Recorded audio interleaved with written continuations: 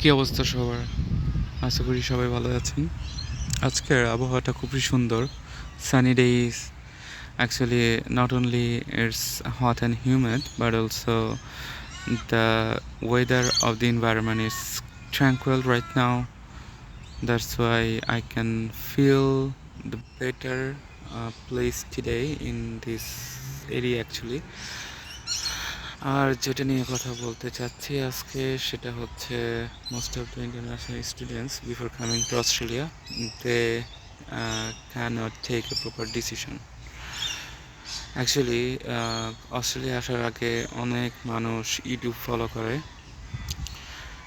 আর তারপর তারা ডিসিশন নেয় যে এই সাবজেক্টটা তাদের জন্য বেটার হতে পারে, এই প্লেসটা তাদের জন্য বেটার হতে পারে। কিন্তু একটা জিনিস হচ্ছে, যারা ইউটিউব ভিডিও মেক করে তারা আসলে আরেকজনের ভিডিও দেখে তারপর ইনফরমেশন গ্যাদার করে তারপর মেক করে। So end of the day দেখা যায় যে মিলিয়নস অফ ভিউজ তারা ভিডিওটা দেখে এবং তারা ওই ডিসিশন অনুযায়ী তারা গো থ্রু করে। সো দেখা যায় যে ওই ওয়েটা at the end of the time it's gonna be blocked.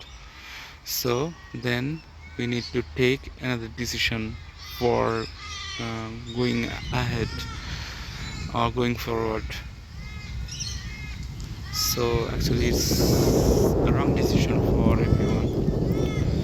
Like আমি যখন এখানে আসছি, আসার আগে ভিডিও দেখতাম এই সাবজেক্ট হলে পিয়ার আছে, ওই সাবজেক্ট হলে পিয়ার আছে, কিন্তু আসলে thousands of students, millions of students ওই সাবজেক্টটা নিয়েই আসে। কেন আসে তারা?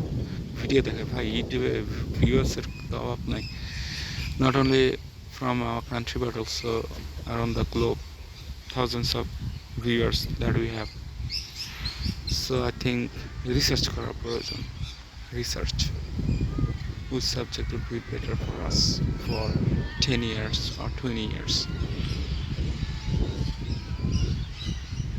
Australia, not only Australia, before going abroad everyone take proper decisions after আর কি ইয়া করতে হবে, লাইক রিসার্চ করতে হবে, অনলাইন রিসার্চ অনেক বেস্ট একটা অপশন হবে ফর এভরিওয়ান, বিকজ এটা thousands of students they stuck on finding research online.